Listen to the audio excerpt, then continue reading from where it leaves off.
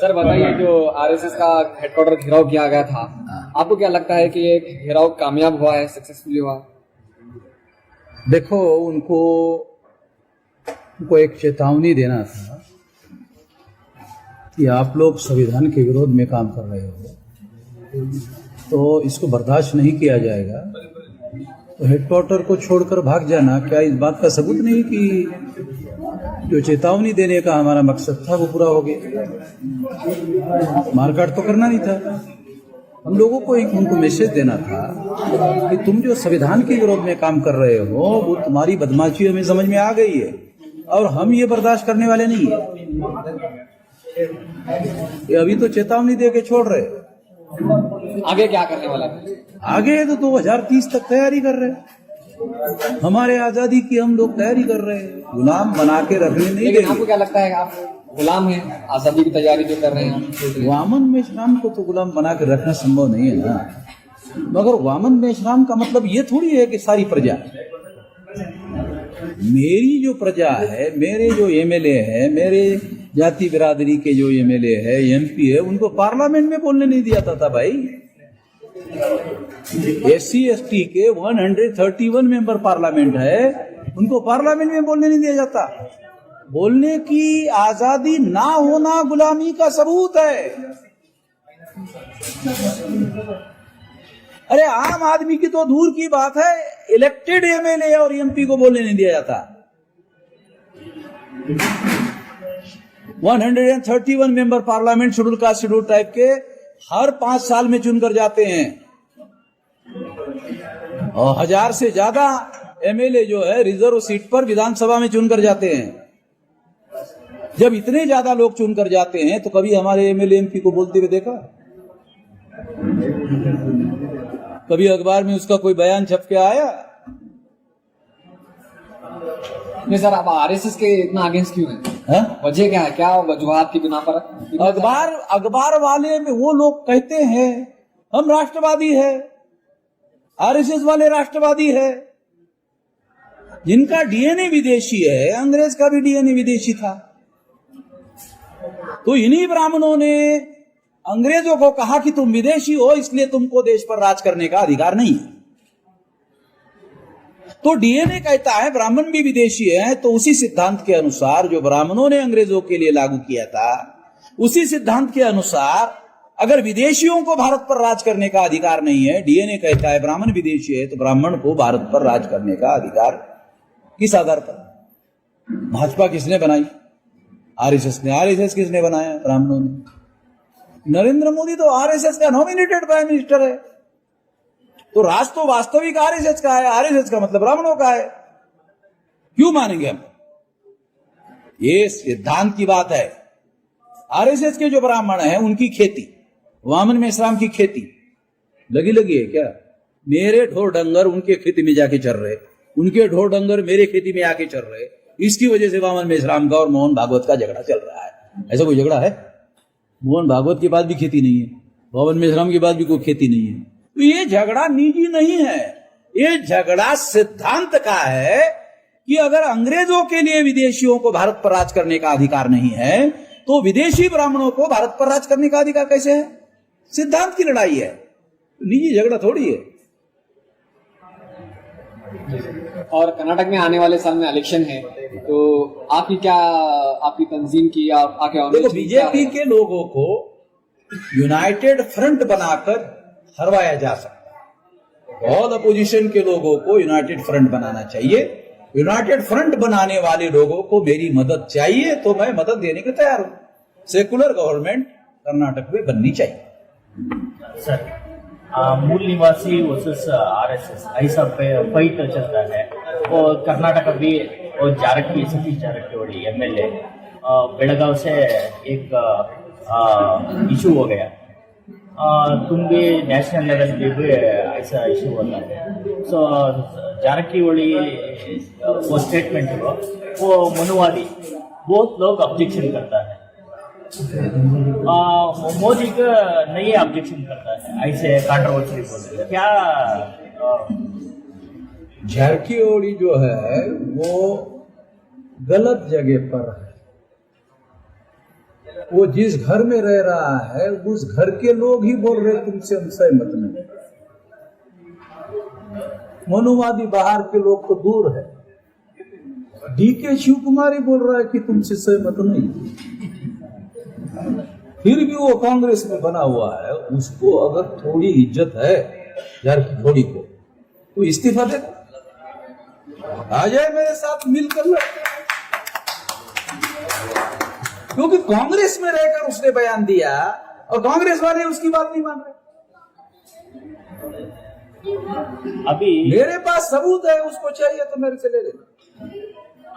दयानंद सरस्वती है ना ब्राह्मण, गुजरात का टंकारा गांव, उसने लिख कर रखा कि ये हिंदू मुसलमान की दी गाली,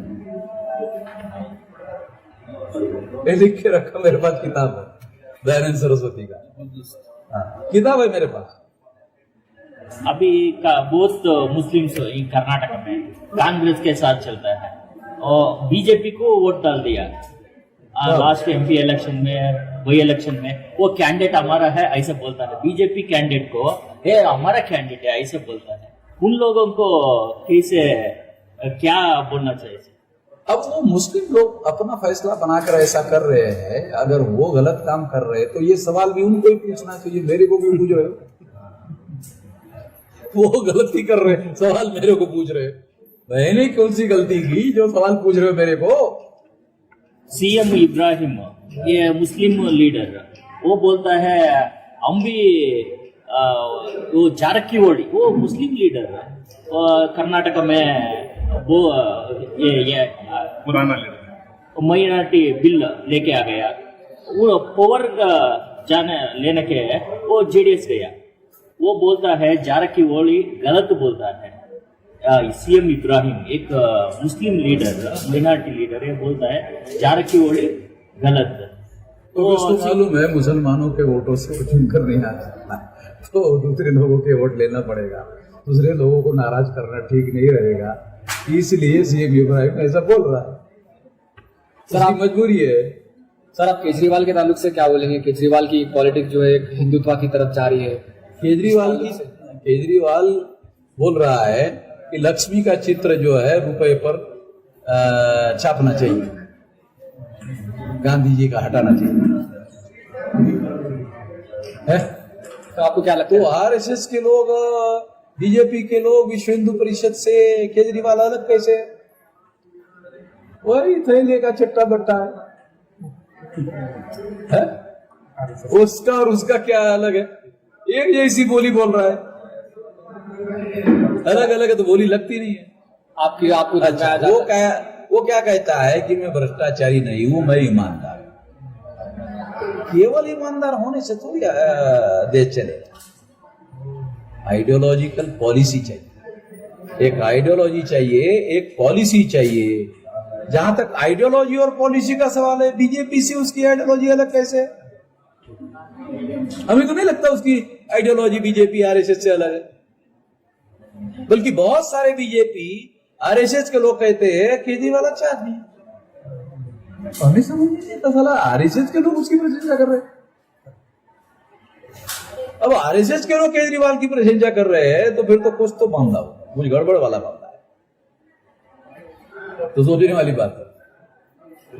आपको भी मैं आरएसएस वाला हूँ बोल को बोले तेरे सब पहले तो था एंटी रिजर्वेशन आंदोलन दिल्ली में, यूथ फॉर इक्वेलिटी वाला आंदोलन केजरीवाल ने तो शुरू किया था, और रिजर्वेशन विरोधी आंदोलन था।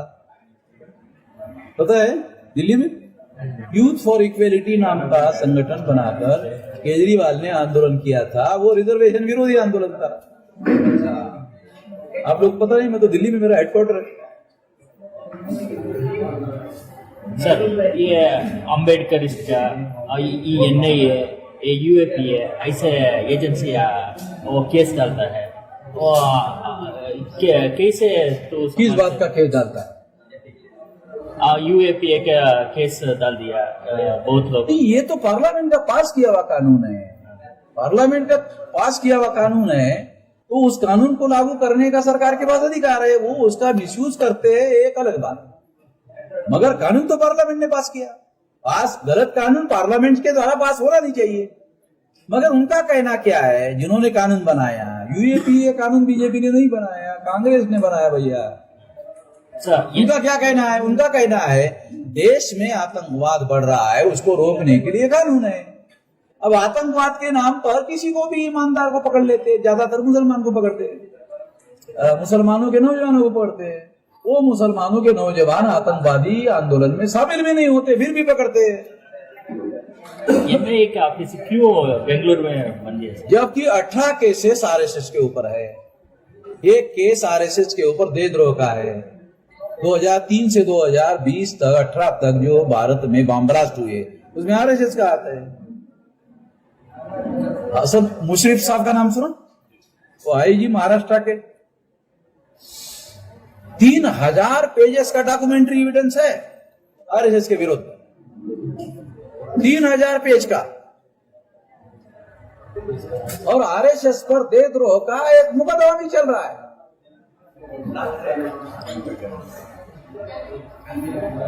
सर आजकल बुद्धिस्ट में ओबीसी के लोग बुद्धिस्ट में बहुत ज्यादा कन्वर्ट हो रहे हैं और आरएसएस परेशान मुझे तो नहीं दिखाई दे रहा है। उनके बाप दादा का, ओबीसी के बाप दादा का धर्म ही बुद्धिस्ट था। ये बुद्धा की जाति क्या है? शाक्य। शाक्य कौन सी जाति? मंडल कमीजन में ओबीसी। उनके बाप दादा का ये धर्म था। अब उनको मालूम आज हो रहा है तो अब उन्होंने कहा मेरे बाप दादा का धर्म था, उसमें जा रहे हैं, अभी मालूम हो रहा उनको। सर जिस तरह की बातें आप बता रहे हैं, ग्राउंड लेवल पर उसके खिलाफ काम करने के लिए कोई आगे बढ़ता नहीं है। जैसे ही कोई आवाज उठती है तो या तो उसे अरेस्ट कर लिया जाता है या उसी तरह पूरी तरह उसे खत्म कर दिया जाता है। क्या सोल्यूशन होना चाहिए? मुसलमान जमीनी लेवल पर काम करेगा तो उसको अरेस्ट नहीं करेंगे, और कर रहे हैं। SC ST OBC इस देश की मूल समस्या है। इनका इस्तेमाल करते आरएसएस के। अगर इनको जगाया जाए, इनको जोड़ा जाए, इनका संगठित शक्ति निर्माण किया जाए तो इनका इस्तेमाल ही आरएसएस के लोग कर नहीं पाएंगे मुसलमानों के खिलाफ। तो इनके जगने से मुसलमानों की समस्या का समाधान हो जाएगा। नहीं, इनका ही तो इस्तेमाल होता है। कोई ब्राह्मण मुसलमान के घर पर चढ़ के आता है? सुना आपने कभी? किसी ब्राह्मण ने मुसलमान के घर पर जाके पत्थर मारा, सुना कभी? किसी फसाद में ब्राह्मण मरा, सुना कभी? क्यों? वो दिमाग चलाते, प्लान बनाते घर पे बैठे बैठे। SC ST OBC को मुसलमानों के विरोध में भड़काते हैं। तो समस्या तो SC ST OBC की है, इनको जगाने की, इनको जोड़ने की जरूरत है। ये बददिमाग लोग हैं 2000 साल के। लेकिन बताया जाता है कि ग्रामीण लोगों को फॉरवर्ड करने के लिए, आगे बढ़ाने के लिए आरएसएस की बुनियाद डाली गई। लेकिन देखा जाता है कि पीएम ब्राह्मणिज्म से नहीं है, होम मिनिस्ट्री उसके लेवल पे नहीं है। तो क्या प्लान होगा? ये तो रिमोट कंट्रोल से चलाते हैं ना। सामने देखो होता क्या है कि जो अनपढ़ लोग थे, अनपढ़ लोग होते हैं, वो आंखों से काम लेते हैं, बुद्धिमान लोग दिमाग से काम लेते हैं। तो हिंदुस्तान की तो गद्दी जो पर अनपढ़ बैठने लोगों के पास दिमाग नहीं होता है, आंखें होती है। तो आंखों से कहते अरे हमारा बैकवर्ड आदमी है नरेंद्र मोदी, वो सड़ी के साले पर दिमाग देखने से गधे बन जाते हैं। तो अनपढ़ गवार आदमी आंखों से काम लेता है और ब्राह्मण जैसा आदमी दिमाग से काम लेता है। क्यों? पढ़ा लिखा है, 2000 साल से पढ़ रहा है। ये 2000 साल से आपकी भाषा में जाहिल बना के रखा हुआ है। अनपढ़ गवार साला बहुत छोटा शब्द है। आप लोगों का शब्द है जाहिल। जाहिल बढ़िया शब्द है, जाहिल बना के रखा हुआ है। नहीं, ये जो बातें कही जा रही है इन ग्राउंड लेवल पे उठाने वाला नहीं है, और जैसे ही कोई आवाज उठती है दबा दिया जाता है। सोल्यूशन क्या होगा उसका? हम लोग उठा रहे हैं। 3.5 लाख लोग नागपुर में लोग आए आकाश से टपके, क्या जमीन से ही तो आके चले गए वहां। ये 567 जिलों से लोग वहां आए, वो जिलों में काम कर रहे, तब तो आए थे एक बार। तो हमारा पब्लिसिटी में कोई अखबार खबर नहीं छापता। क्यों? भारत में जितने चैन अखबार है सारे ब्राह्मण बनिया चला रहे, जो आरएसएस के समर्थक है। ब्राह्मण पत्रकार है, बनिया मालिक है। वामन मेश्राम की खबर ही आउट, ये तो नागपुर के आंदोलन को मजबूर होकर 14 चैनल के लोगों ने दिखाया। जब मैंने वहां ठोकने के लिए गया ना हेडक्वार्टर पर, तब उनको लगा साले खबर तो देना पड़ेगा भाई, नहीं तो उनके ही लोग अनजाने में रहेंगे, इधर ठोक लेगा वामन मेश्राम, बताना पड़ेगा कि वामन मेश्राम ठोकने के लिए आया।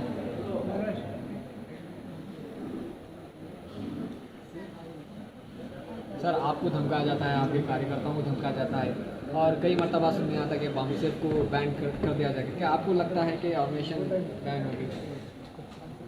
बामसेफ को बैन करने से ज़्यादा फायदा होगा। वामन मेश्राम का दिमाग आम्बेडकर के दिमाग से चलता है। पीएफआई थोड़ी है बामसेफ, है बामसेफ पीएफआई नहीं है। क्यों? क्योंकि बामसेफ मुसलमानों का संगठन नहीं है। जिन लोगों के भरोसे पर बीजेपी दिल्ली में आती है ना, उन्हीं लोगों का संगठन है। अगर वो लोग जाग गए तो उनको ही ठिकाने लगा सकते हैं। तो इसका सबूत है 3-3.5 लाख लोग नागपुर में गए। आकाश से आए क्या? वही तो लोग हैं। यही तो SC ST OBC के लोगों ने दिल्ली में पहुंचाया बीजेपी को। इनके ही विरोध में फतवा दे देंगे तो बंदोबस्त गांव में कौन करेंगे? यही तो लोग करेंगे। अरे एक गांव में एक ब्राह्मण का घर होता है मौलाना। पता है, मैं तो गांव देहात का आदमी हूं ना। एक गांव में एक ही घर होता है, रहेगा हमारी मर्जी पे, साले हमारा पैसे से तो चलता है उसका घर। SC ST OBC का धर्म कार्य करता है तो ब्राह्मण का चूल्हा जलता है। तो नागपुर में जो तहरीक उठी थी आपकी, क्या इसे आगे बढ़ाएंगे, कैसे करेंगे? अभी समझा है नहीं कि ये 6 लाख गांव में 2030 तक पहुंच जाएगा। ये हमारा संकल्प है। क्या है सर फ्यूचर प्लान? हाँ? ये संकल्प है कि 2030 तक 6 लाख गांव का संगठन बन जाएगा। और कैसे बनेगा? मुसलमान साथ दे तो भी बनेगा, नहीं साथ दे तो भी बनेगा। क्योंकि मूल संगठन बनाना है SC ST OBC का। ये इनको गधा बनाया हुआ है। SC ST OBC ब्राह्मण ने इनको गधा बनाया है। इनका ही दिमाग ठीक करना है। इनका दिमाग ठीक हो गया, मुसलमान तो पहले से जगे हुए हैं। मुसलमान तो पॉलिटिकली कॉन्शियस लोग हैं। मुसलमानों को जगाने की जरूरत नहीं, वो जगे हुए ही है। समस्या SC ST OBC के जाहिल होने की है, इनको जगाने का मामला है।